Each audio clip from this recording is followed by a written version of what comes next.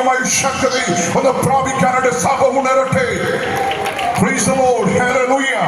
അതിനുശേഷം സഭ വ്യാകുലത്തായി നമ്മുടെ കർത്താവായ യേശു മരിച്ച ക്രൂശ്, ആ ക്രൂശിന്റെ സന്ദേശം പ്രചരിപ്പിക്കേണ്ടതിന് പകരം ക്രൂശും എടുത്തോടെ യുദ്ധം തുടങ്ങി.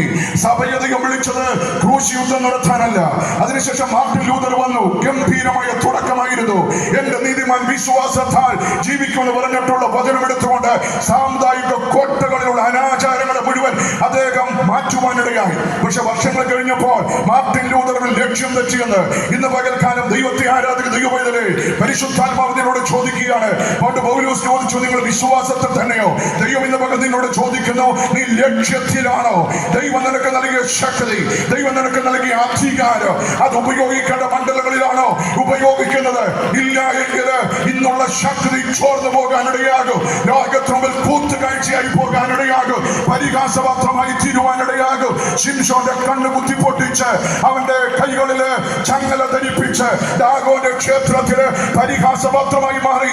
വർഷങ്ങൾക്ക് മുൻപ് ദൈവത്തിന്റെ കൃപയുടെ ജ്വലനത്താല് ഉപയോഗിക്കപ്പെട്ടവന് ആളുകളുടെ മുമ്പിൽ പരിഹാസപാത്രമായതുപോലെ പെന്തക്കോസ്തിന്റെ കൃപ പ്രാപിച്ചവൻ സുവിശേഷം വിട്ടാൽ, സുവിശേഷ പ്രസംഗം അവസാനിപ്പിച്ചാൽ, ദൈവവചനത്തിൽ നിന്ന് മാറിപ്പോയാൽ ലോകത്തിൽ കൂത്തുകാഴ്ചയായി മാറുവാനിടയാകും. അതുകൊണ്ട് ഇന്ന് പകല് എവിടെയെങ്കിലും ആത്മീയതയില് സുവിശേഷീകരണത്തിന് ആത്യന്തികമായ ലക്ഷ്യത്തിൽ വീഴ്ച വച്ചിട്ടുണ്ടെങ്കിൽ ഒരു മടങ്ങി വരവിന് വേണ്ടി സഭയധികം വിളിക്കുകയാണ്.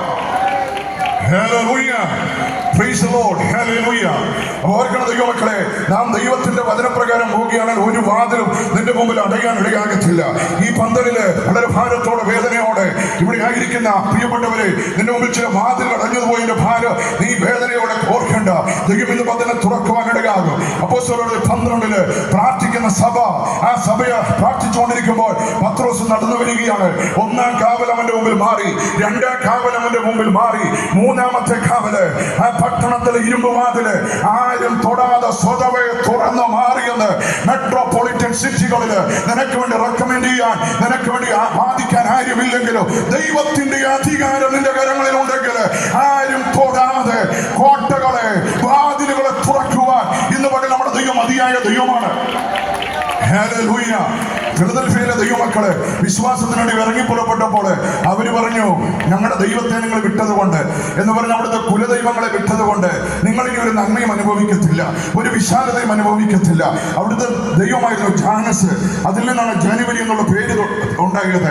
ആ ദൈവമാണ് തുടക്കമിടുന്നത്. ആ ദൈവത്തെ പിണക്കിയാൽ പിന്നെ ഒരു നന്മ ഉണ്ടാകത്തില്ല, ഒരു അനുഗ്രഹം ഉണ്ടാകത്തില്ല, ഒരു ഉയർച്ച ഉണ്ടാകത്തില്ല. അതുകൊണ്ട് വിശ്വാസത്തിൽ വരാത്തവര്